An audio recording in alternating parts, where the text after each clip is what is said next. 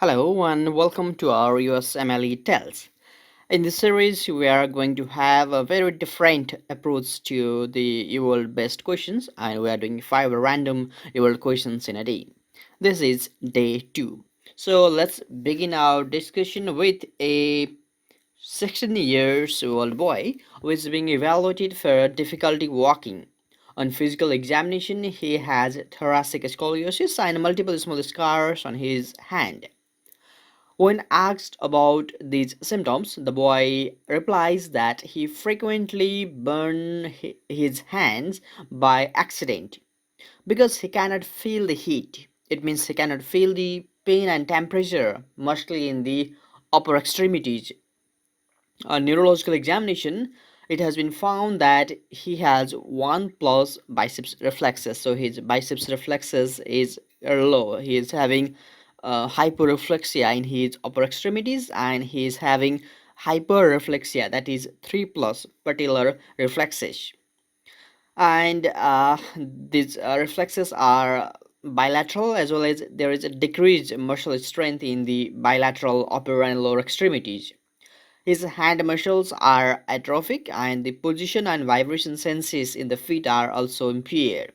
So question is, which of the following is most likely the cause of this patient problem? So we have to establish the diagnosis based on the given finding. So at first we will dive into all the options, and then we can establish our diagnosis. So before entering into our proper answer, we'll explore through all the answers at first. So we can summarize our question like this. A young child presenting in your clinic with a chronic loss of upper extremity pain and temperature sensation, and there is hyperreflexia in the upper limb and hyperreflexia in the lower limb, and there is decreased muscle strength with the atrophy of the muscles. What could have been the diagnosis? So under option A, it's amyotrophic lateral sclerosis.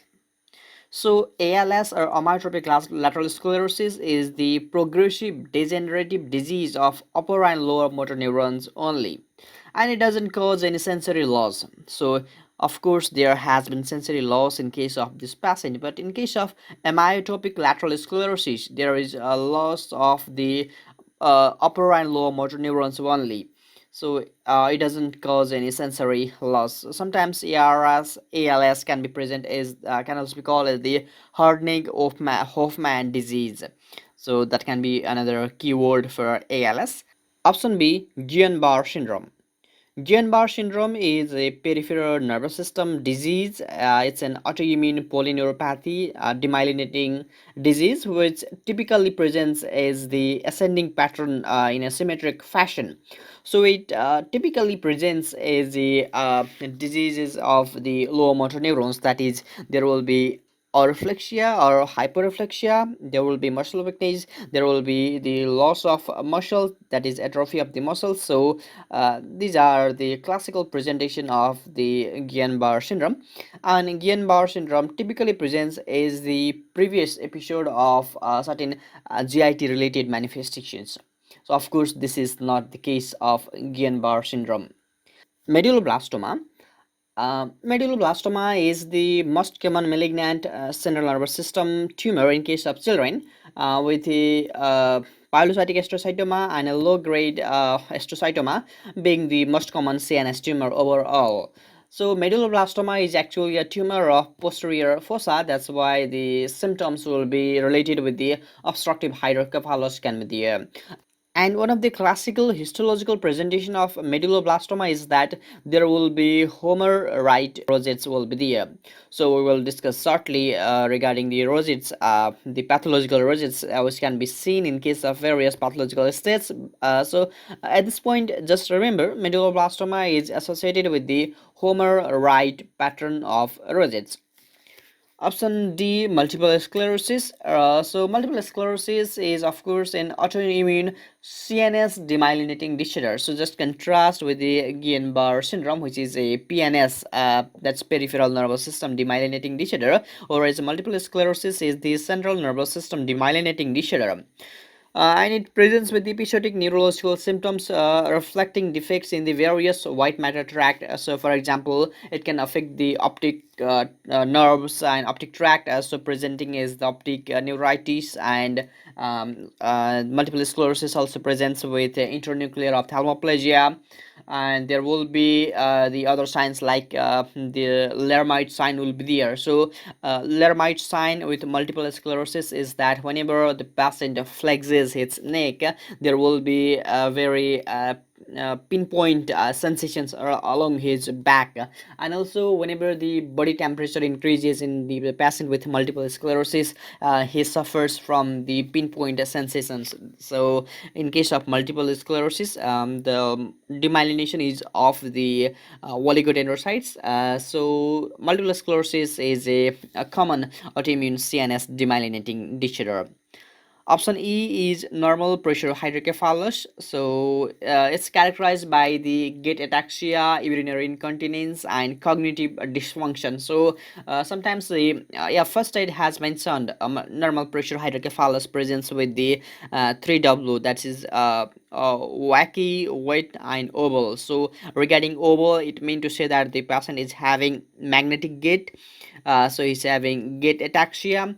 Regarding weight, the patient will be presenting with the urinary incontinence. And regarding wacky, it's presenting the patient will present with the cognitive dysfunction. So it is rare in case of the as a patient is less than 60, and defective CSF fluid reabsorption by the arachnoid granulation gives rise to the secondary form of normal pressure hydrocephalus. So only the left option in the syringomyelia, and of course syringomyelia is the correct option here. So we will deal something greater regarding syringomyelia.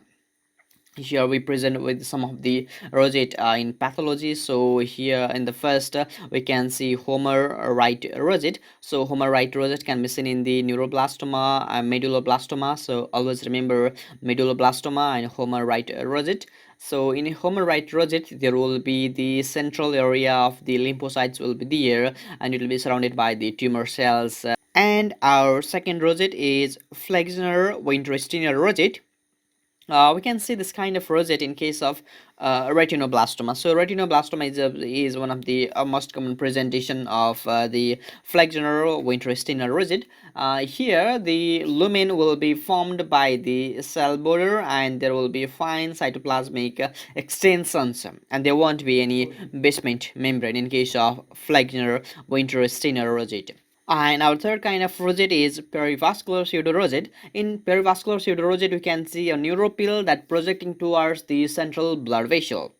Here we can see the projection of neuropil towards the central blood vessel. So perivascular pseudorosette can be seen in case of ependymoma. So always remember ependymoma, perivascular pseudorosette, Homerite rosette, neuroblastoma, medulloblastoma, and Flexner Wintersteiner rosette, retinoblastoma. These are a very high yield point.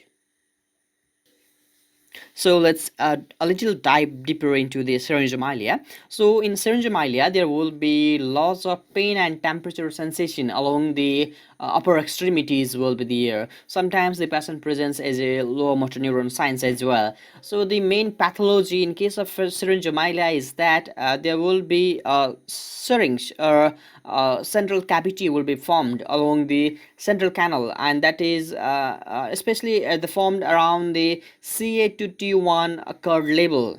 And sometimes the strings extend rostrally and caudally and centrifugally, and it compresses the it compresses the point of decussation. So the fibers crossing the anterior white commissures, see here, fibers crossing the anterior white commissures, especially spinothalamic tract, they get damaged at first. That's why the first sign will be loss of pain and temperature sensation along the upper extremities. There won't be any defect regarding the fine touch sensation. And sometimes patient in case of syringomyelia present with the presentation of scoliosis because of paralysis of paravertebral muscles. And Syringomyelia is also associated with CARI1 malformation. The most common location for the formation of syrinx is at the level of cervical vertebra, followed by thoracic vertebra, followed by lumbar vertebra. So remember, syrinx is like a tube, as in a syringe. Here I'm presenting you with the CARI1 type of malformation and a formation of syrinx at the level of cervical vertebrae. This is an annotated picture from First Aid 2020 edition. Regarding this picture, which has been taken from first stage, so here we can see a syrinx being formed at the level of central canal, and this syrinx is expanding and it affecting the multiple dermatums, and the most common presentation will be a cape-like presentation. That is, a patient usually presents is a loss of pain and temperature along his upper extremities. So in any minute, one very high yield clue is that if you find a patient frequently burning his hand, always think about syringomyelia. Here, a 65 years old man is coming to the physician because of non-healing ulcers on his right foot, and his past medical history is significant for recurrent high blood glucose readings for the last several years because he has failed to comply with appropriate treatment. His BMI is 37 kg per meter square. Under physical examination, it has been found there is bilateral symmetric decrease in vibration sensation over the feet and ankles. Which of the following is most likely to be associated with this patient's condition? So, from this vignette, we know that the patient is suffering from diabetes mellitus, and the classical clue is regarding his BMI and his age. So, a 65 years old man with a BMI of 37, it means that this must be type 2 diabetes mellitus. So the question is regarding histopathology of diabetes mellitus, that is type 2 diabetes mellitus. So which of the following is most likely to be associated with this patient's condition? So we can summarize this question is in like this way. An aged obese person with prolonged non-compliance of treatment regimen presenting with the peripheral neuropathy and diabetic foot.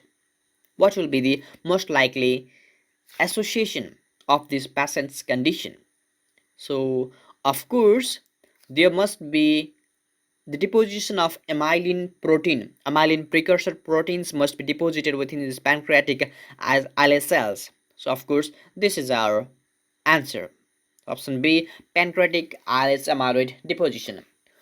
So let's explore through other options as well. There can be deposition of pancreatic islets infiltration with the leukocytes. So this is the classical presentation of type 1 diabetes mellitus. So we call this leukocyte infiltration into the pancreatic islet cells is in a fancy term, just like a $5 word for the insulitis. Option C, circulating anti-islet antibodies. So they are also presenting with the type 1 diabetes mellitus. Regarding SL association, they are again associated with type 1 diabetes mellitus, and regarding episodic ketoacidosis that requires insulin therapy, again associated with type 1 diabetes mellitus. So let's first talk about pathophysiology of diabetes mellitus. There are two proposed pathways for the development of diabetes mellitus. First one is decreased insulin resistance, and this is the like primary and most accepted hypothesis. And second one is there is defective insulin secretion. So here in the picture we have presented insulitis, which is the infiltration, that is leukocytes infiltration of the islet cells. So here we can see all the monocyte cells being infiltrated, especially the lymphocytes are infiltrating, especially in the pathology of type 1 diabetes mellitus. In the second picture, picture B, we have presenting the amylin being depositing here. So these are the amyloidosis can be seen in case of type 2 diabetes mellitus, and these pictures are referenced from pathologic basis of disease, Robbins and Catrons. So one of the summary slide has been taken from first aid. Moving to next question. Here a 53 years old man is being evaluated for dyspnea, where a graph has been presented to us showing the work of breathing and respiratory rate of the patient contrasted with the work of breathing and respiratory rate of a normal person. And the question that has been asked is, which of the following is most likely the diagnosis in this patient? So before solving this question, we have to know about work of breathing. So I will first deal with the work of breathing. And please mention, we have taken the constant minute ventilation in both of these patients. So we know that minute ventilation equals respiratory rate times tidal volume. So if minute ventilation is constant, then increase in respiratory rate must decrease the tidal volume. So here in the picture we can see at this condition respiratory rate, in the normal condition respiratory rate has been taken to be 15, whereas in this patient respiratory rate is more than 15. Let's at first talk about work of breathing and later we will solve this question. Work of breathing is the energy expended during respiration, and it consists of especially two forms of energy. There can be other form as well. So the two major forms are the elastic resistance. Elastic resistance comprises around 65% of the total energy expended during the work of breathing. We know that elastic resistance is the opposition to the expansion of the lung, because the lungs have the intrinsic property to collapse. That's why whenever we are increasing the amount of tidal volume, there will be increase in the elastic recoiling force of the lung. That's why whenever there is a restrictive pattern of lung disease, it can be in case of pulmonary fibrosis or in case of pulmonary edema, there will be higher than the normal elastic resistance. Therefore, interstitial fibrosis increases the stiffness of the lung, whereas severe obesity increases the stiffness of chest wall. There will be increase in elastic resistance and therefore increase in work of breathing. Second type of resistance is the airflow resistance, which is the opposition for the flow of air through the respiratory tract. And this airflow resistance is actually generated by the diameter of airway and the pattern of flow of air. That is, whenever there is turbulent flow of air, there will be increased airway resistance, and whenever there is laminar flow of air, there will be decreased airflow resistance. So at low lung volume, where there will be reduced airway diameter, there will be increased airway resistance. And in case of obstructive lung diseases, like in case of COPD or asthma, there will be increased airflow resistance because of bronchoconstriction and airway collapse. So the ultimate goal is to reduce the work of breathing. The tidal volume and respiratory rate are optimized by the respiratory control centers, and in patients with restrictive lung disease, work of breathing is minimized when the tidal volume is low. Therefore, to compensate for the low lung volume, rapid and shallow breathing is favored in case of patients who are having a restrictive pattern of lung disease. Whereas in case of patients who are having obstructive pattern of lung disease, work of breathing is minimized with lower respiratory rate and higher tidal volumes. That is relatively slow and deep breathing. Therefore, patients with obstructive lung diseases, they usually take slow and deep breathing.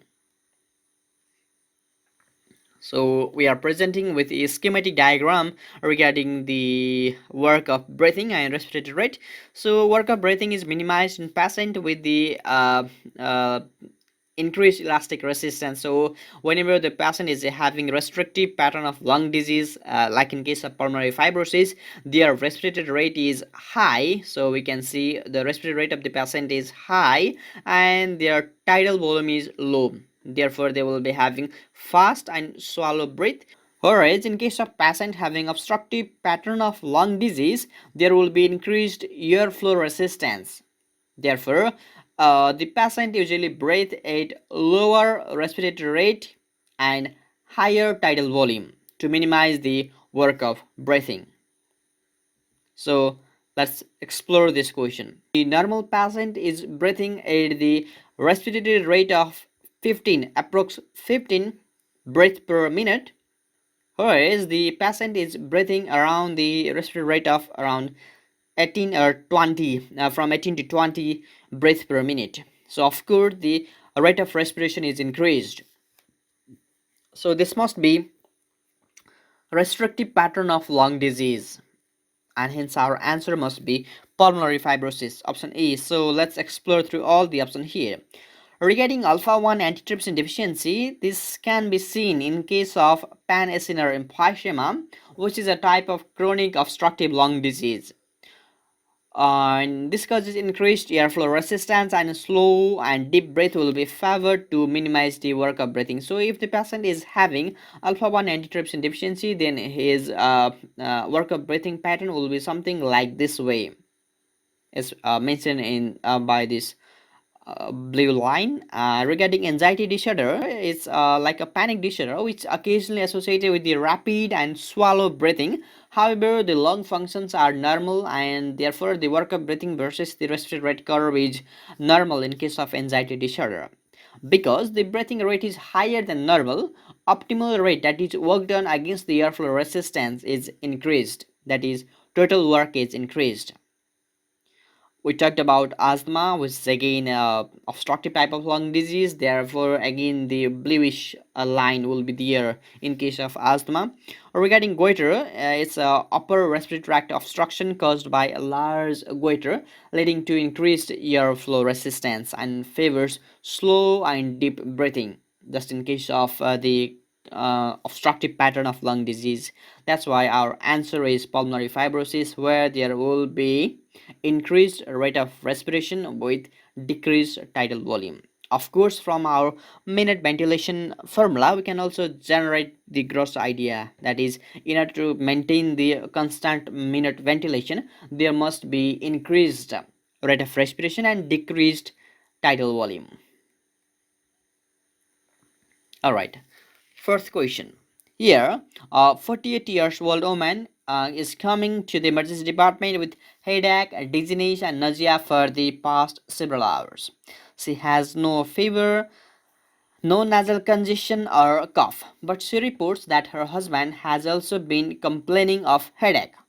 The patient has been burning food in the fireplace to warm her house and losing electricity during a snowstorm. Her temperature is 37 degrees Celsius, blood pressure 135 by 70 mmHg, and pulse is 94 beats per minute and is regular. Physical examination is unremarkable.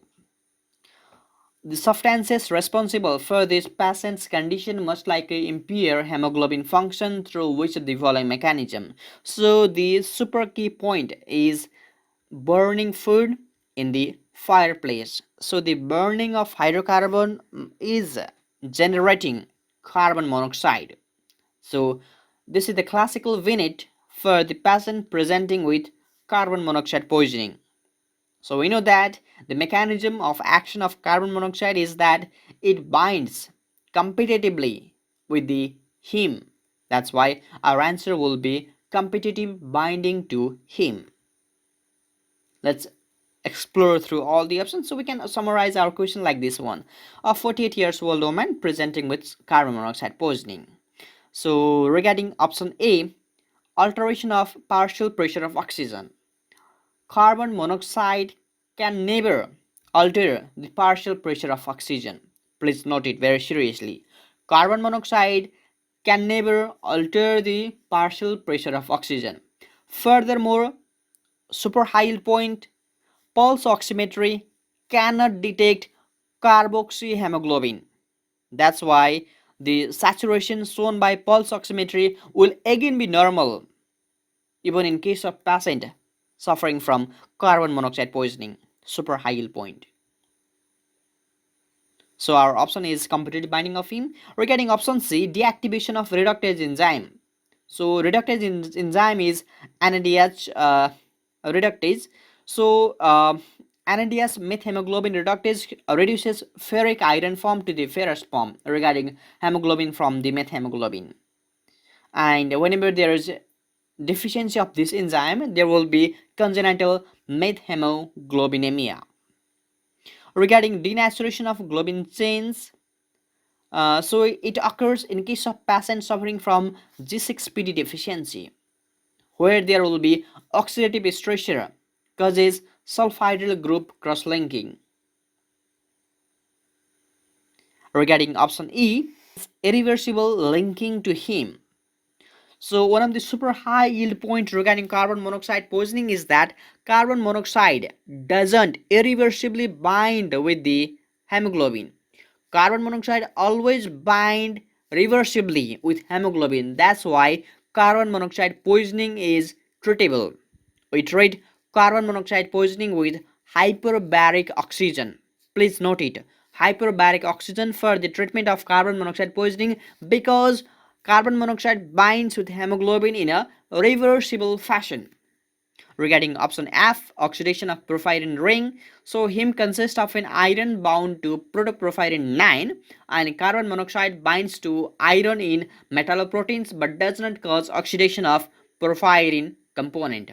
So carbon monoxide only binds with the iron portion in the metalloproteins.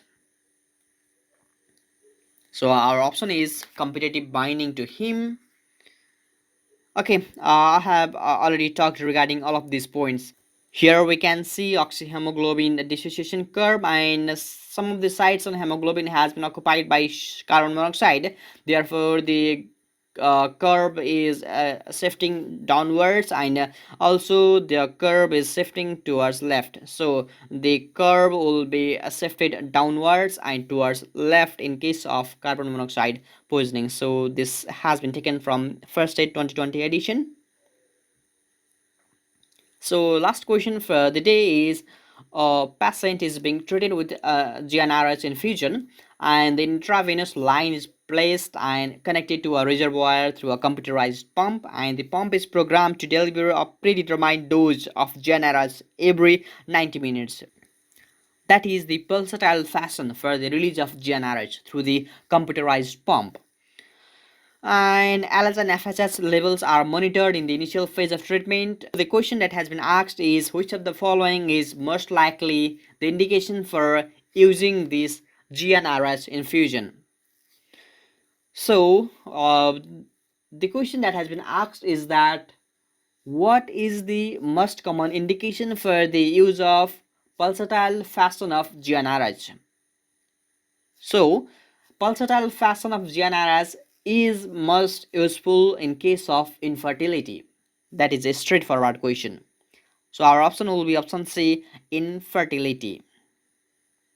Let's explore through this question a little bit more. So we know that GnRH is a polypeptide hormone normally released from the anterior hypothalamus in a pulsatile fashion, and is carried to the anterior pituitary via the portal circulation, where it stimulates FSH and LH production. Whenever there is pulsatile release of GnRH, please note down, this is not a continuous release of GnRH. This is the pulsatile release of GnRH. So whenever there is pulsatile release of GnRH, there will be upregulation of the GnRH receptors, and therefore enhanced follicle stimulating hormone and luteinizing hormone secretion, which are responsible for the development of dominant follicles in the ovaries. And optimal frequency and amplitude of GnRH pulses are crucial for the release of FSH and LH and subsequent ovulation.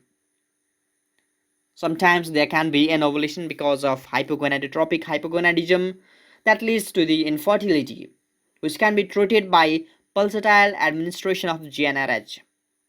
We know GnRH has a very short half-life and is given by a programmable pump that delivers a predetermined dose at a physiologic intervals, and ovulation occurs in most patients in 10 to 20 days. So the signs of ovulation will be loss of dominant follicles on ultrasound, and surge in urine LS level, and rise in serum progesterone levels, and rise in basal body temperature. So we all know that the use of GnRH analog in breast cancers, endometriosis, or precocious puberty, or prostate cancer is by the continuous source of the GnRH analog. Sometimes we can take the leuprolide or gozerelin, and that can be that had they're having very longer half life and can be given monthly by intramuscular injection. So one of the most common indication of pulsatile fashion of GnRH infusion is infertility.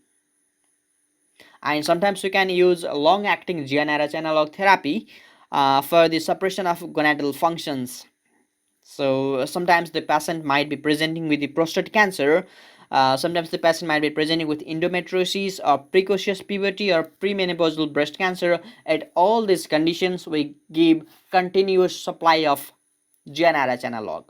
Therefore, one of the most common use for the pulsatile fashion of GnRH analog is hypogonadotropic hypogonadism. So in case of this pattern of infertility, we indicate pulsatile release of GnRH infusions. Here in the picture, I have presented you with the pulsatile and continuous GnRH analog. So the question is concerned with pulsatile GnRH analog. So with this, we end up our presentation for today. Stay tuned for further updates. Thank you.